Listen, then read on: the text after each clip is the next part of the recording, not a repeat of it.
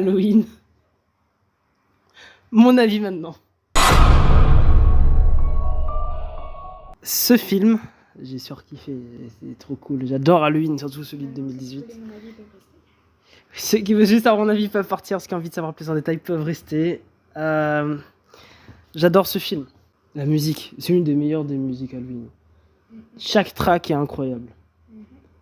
Ce que j'aime aussi, c'est le temps, c'est pas court. Enfin, c'est pas long. C'est pas long le film, ça dure 1h40, tranquille. On a l'impression que ça dure 2 heures, alors que non, c'est sympathique. J'aime bien la durée, c'est cool. Mais un des trucs que j'adore aussi, c'est l'horreur.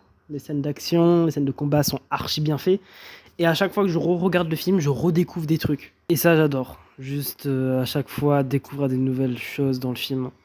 Il y a des plans où quand tu regardes la 3e fois, tu redécouvres des éléments que tu n'avais pas vu la première fois. Et ça fait genre la 6e fois que je regarde le film, et à chaque fois, je redécouvre des éléments qui me font plus peur. Il y a des plans où des personnages parlent et tu comprends qu'est-ce qui se passe en arrière-plan et tout. Et ça, je trouve ça incroyable. Par exemple, Michael Myers, au tout début, avant d'aller dans les toilettes et avoir son masque, on le voit en arrière-plan sortir de son véhicule. On le voit en véhicule, en fait. On le voit sortir, tuer des gens et tout, en arrière-plan. Et je trouve ça trop bien parce qu'il n'y a pas de gros violon en mode tu dois avoir peur. Du coup, tu vois pas, et quand tu le revois, c'est pas bien. Il y a des scènes où Michael Myers fixe l'écran, mais tu le vois pas dans le cadre. La première fois, tu le vois que dans 6e ou 8e fois. Et j'adore ce genre de plan. Et la musique est cool. En plus, il y a des mouvements de caméra que j'aime bien, surtout à la fin, où c'est un peu flou. J'aime bien les jeux de lumière. J'aime bien le cadrage, parfois, c'est un peu à la James Wan, à la Conjuring, surtout dans les maisons, vers la fin. Vite fait, hein, il y a juste un plan qui fait comme ça. Et ça, j'adore. J'aime bien aussi le concept de requel, là, de suite au premier. C'est assez sympa de revoir le film. Au début, j'avais pas aimé quand j'avais regardé pour la première fois, parce que je trouvais que c'était un calqué sur le premier film Halloween. On a juste inversé les personnages. Il y a des scènes d'Halloween 2018 qui est comme Halloween normal de 1978. Il y a juste les personnages qui changent et j'aimais pas du tout. Finalement, c'est un hommage assez sympa. Après, on est en 2022, de nos jours, on ne fait pas juste reprendre les mêmes scènes et on change un petit peu, on reprend littéralement les mêmes scènes. Du coup, je vais pas trop me plaindre, finalement, c'est assez bien. Et ça, j'aime bien, ouais, c'est cool. J'adore les scènes d'horreur, trop cool. Il y a des nouvelles scènes qui font archi peur. Des scènes, par exemple, avec les lumières automatiques. Des scènes juste de base où il y a un plan séquence à Halloween et Michael tue des gens pendant 5 minutes.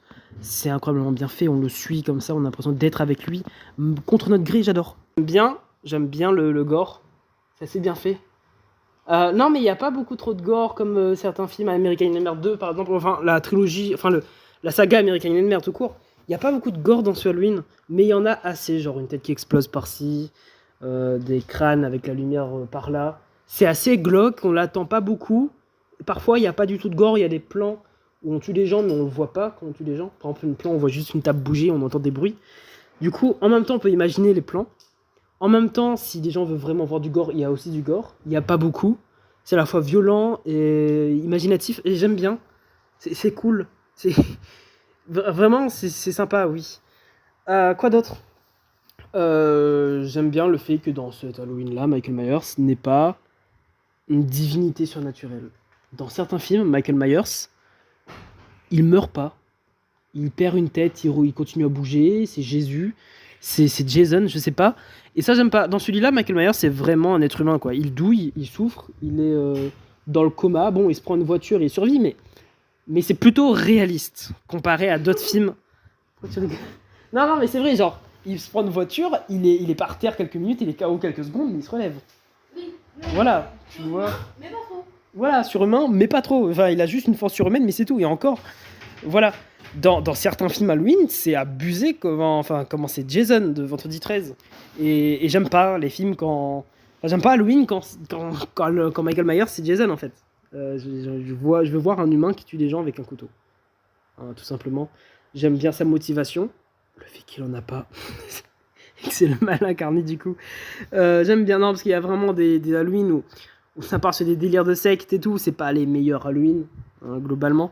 Celui-là revient aux sources même d'Halloween avec des nouveaux plans, des nouvelles mécaniques d'horreur, des Des sous-textes incroyables qu'on revoit que la 6e fois qu'on regarde.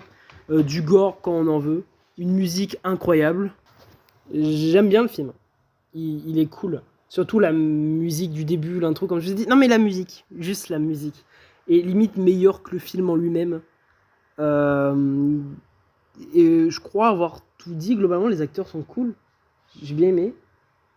Il y a beaucoup de facilité scénaristique, je trouve, surtout le petit ami de... Comment elle s'appelle, la fille de Laurie? Enfin, la petite fille. Allison. Vous avez vu le film, vous pouvez me répondre? La petite fille s'appelle Allison, non?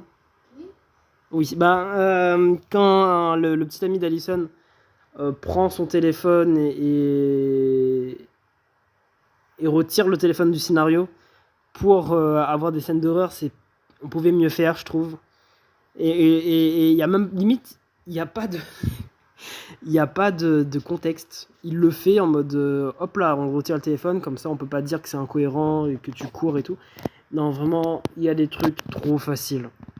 Par exemple, le fait que Laurie Strode, il y a tout un sous-entendu en mode elle va se suicider à chaque fois et tout au début. C'est totalement oublié à la fin du film, je ne sais pas pourquoi. D'ailleurs, c'est oublié dans toute la saga après. Hein, voilà. Mais globalement, oui, ce film possède une fin incroyable. Une fin un peu en mode Halloween 6, en mode peut-être Allison c'est nouvelle tueuse. Une fin en mode Michael Myers est mort. Peut-être pas. On sait pas. C'est une meilleure fin que dans Halloween Ends. Spoiler, il est mort avec un frigidaire, il faut le rappeler. Là, c'est meilleur comme fin. Meilleur que la fin d'Halloween Kills aussi. Qui était meilleur que la fin d'Halloween Ends. En fait, les fins d'Halloween, surtout dans la nouvelle saga de David Gordon Green, descendent de plus en plus en termes de pas ouf. Et le celui de 2018 est plutôt sympa. Hein, il est cool, il fait le café. Et globalement, c'est un bon film.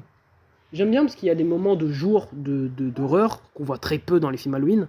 Et des moments de nuit. Les moments de nuit sont incroyables.